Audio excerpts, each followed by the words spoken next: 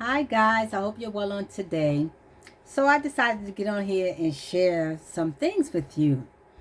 So, as I was reading my devotional on today, I said, let me share this with the people because this is something good that they would need to know. So, today's devotional says, God's purpose is greater than your problems or pain. God's purpose is greater than your problems and your pain. God has a plan. You need to look past the temporary pain and look instead at the long term benefit in your life. Romans 5 3 and 4 says, we can rejoice too when we run into problems and trials, for we know that they help us learn to be patient. And patience develops strength of character in us and helps us trust God more each time we use it, until finally our hope and faith are strong and steady. What's the purpose of your problems and difficulties? God wants you to learn something. That's the purpose. He wants you to learn something. So when you're going through a problem and difficulty, it's for you to learn. It says, every storm is a school. Every trial is a teacher. Every experience is an education. Every difficulty is for your development. Like I said, life is nothing but a test. Where do you take tests at? In school. And every storm is a school. Like I said, you're going to go through test after test after test after test after test until you expire. But there's a purpose in this pain, in the testing. It's purpose. And it says, most of us learners are slow. If you don't learn something, God will bring it up again and again in your life. It will come back because God is more interested in your character than he is in your comfort.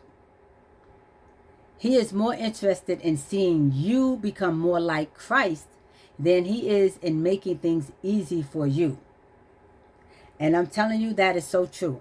And I laughed at this when it came to the part of some of us are slow learners, because I was thinking just of myself, because I was like, yes, like I said, I'm ending those revolving door relationships. And that's being a slow learner, allowing people to come in your life after y'all separate. Like, there may be a plethora of reasons of why we may separate, why they may ghost me, or why I may just stop dealing with them, or any of that. So that again, and then when the time goes by, whatever, however many days, weeks, months, even years for certain folks in situations that have passed, I've allowed a person to come in like a revolving door. And I'm like, no, we have to stop that. And so I made a stop to that. And I was talking about how I feel like the reason why I feel like I'm a slow learner is because people be having my heart. I'm somebody I love, and I love deep. I love hard, and my love is real, right? And some folks honestly just have my heart. They have my heart. And I'm like, oh, and especially if the relationship when we had it was good, and then whatever reason why we separate, I'm like, ah, dang.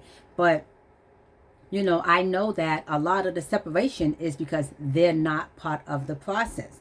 They're not for me. They're not for my life. They're not for my walk. They don't serve a purpose because, like I said, everything is about a purpose. God, your pain, your difficulties, the things that happen to you between certain folks, those are purposeful. They're intentional by God. So there's no mistake that if somebody left your life, or something happened bad between you and someone, or even if something happened good between you and someone, it's all purposeful. But again, life is, like I said, a test. It's a test. You're going to go through tests. You're going to go through trials, ups and downs. So I was like, no, I'm not going to. And I thought about something. So God uses my gifts. I have a gift to where if I think about somebody or something, usually that thing or that somebody comes up, and so I was thinking about this person, and I said, I was naming a lot of people who had my heart, that I've allowed to come back in like a revolving door. And I said, no more. I said, well, I'm not dealing with these folks, and because I cannot keep taking this test over, okay? Because I've been failing the test. I'm just being real. I've been failing the test. Letting people come back in that don't belong. And then again, they do the same thing over and over again. And then I'm like, see, this is why I can't let you in. And then they'll come back, and then I'm letting them back in. Because again, my heart, I'm like, oh, I feel bad. But no. So I was thinking about this person. And I was like, this person has my heart. And I ain't heard from that person for a while. And I was like, okay, cool. And I was just having a conversation earlier with the Lord about it. And I didn't think nothing of it. And literally, I no lie, 10 minutes, 15 minutes before I got on this camera, the person called me. I was like, I said, no. I said, I'm passing this test. I'm not answering this phone. I'm not answering the phone. I'm passing this test. No, because that person is the one who had my heart, to where I will let that person come back in, and then they will leave again, and then I will let them come back in, and they will leave again. And I'm like, no. And then when I'm really thinking about it, I'm like, I outgrew them. I outgrew them. We don't have anything anymore in common. And I'm in a different place, literally, spiritually, in my life, than they are. And they can't come with me on this journey because they are not. And this is why the separation keeps happening, because they want the old version of me. And as I'm growing and as I'm enveloping and transforming into the woman that the Lord wants me to be, they want the old version of me.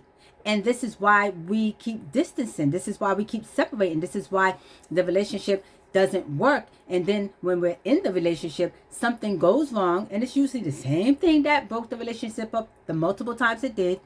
And I'm like, because we've outgrown each other.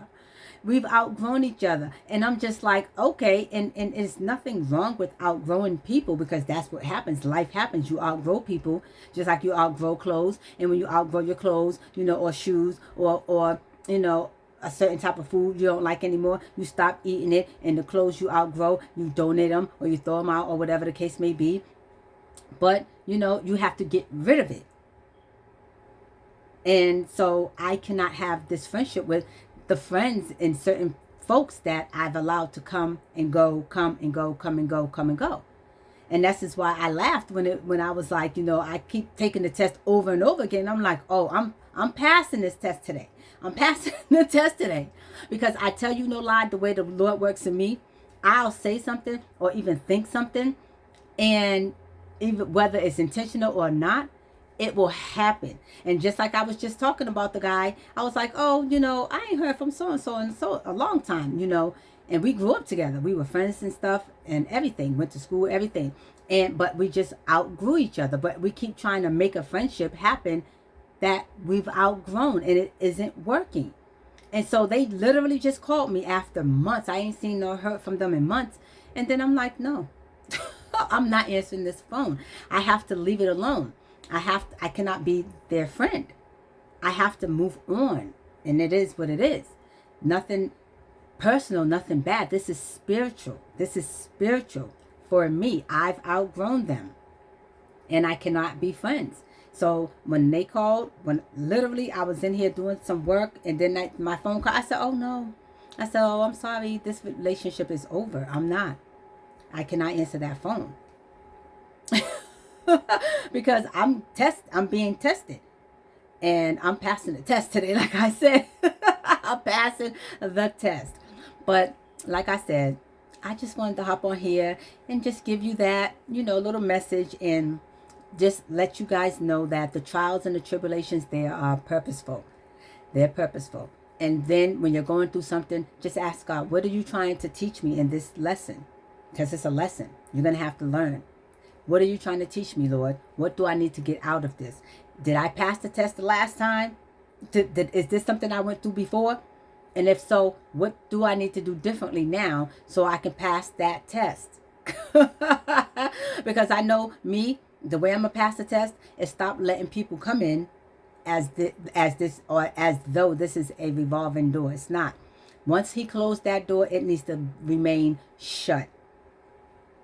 And, you know, again, like I said, we just outgrew each other. So what tests have you passed and which ones have you kept revolving, kept repeating? Share in the comments. Let's hear your stories, okay? I want to hear your testimonies. I want to hear your comments. Like, share. Let's hear from you guys. So I hope you guys have a blessed day. And until next time, blessings, guys.